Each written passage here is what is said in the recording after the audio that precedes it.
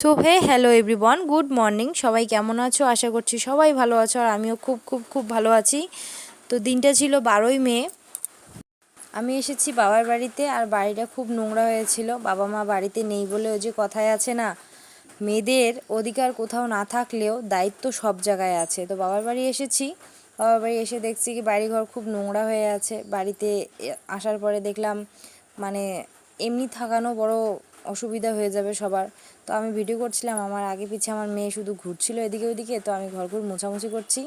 তো ভাবলাম আগে আসছি যখন, তো ঘরটাই আগে মুছে নিই, তারপরে না সব কাজটা হবে। কাজ করতে করতে পাড়া প্রতিবেশীর কাকিমাদের একটু গল্প বলি তোমাদেরকে।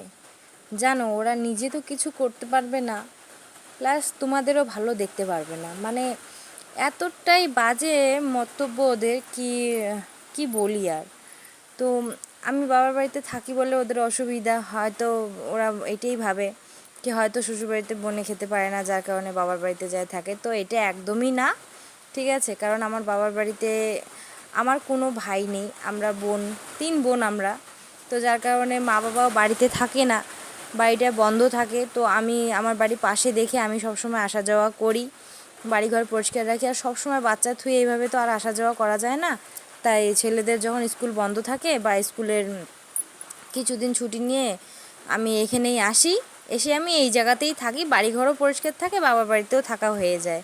তো আমি ভিডিও রিলস এইসব বানাই বলে অনেক লোকে অনেক রকমের কথা বলে। তো আমি এইসব একদম মাইন্ডে নেই না, বা এইসব ব্রেনটেও আনি না।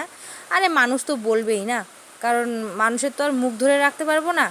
তো আমার বাড়ি থেকে এইসব নিয়ে একদম অ্যালাউড আছে, আমাকে এইসব নিয়ে কোনো বাধা দেয় না। আমাকে বলে তোমার যেটা করার ইচ্ছে তুমি সেটা করো, হ্যাঁ, শুধু কিছু খারাপ না হলেই হলো। তো আমি তাদেরকেই বলবো কি আমার বাড়ির লোক আমাকে নিয়ে ভাবে না, তোমরা এত ভেবে ভেবে নিজের মাথার চুলটা পাকায়ও না প্লিজ, হ্যাঁ। তো আজকের ভিডিও এখান থেকেই শেষ।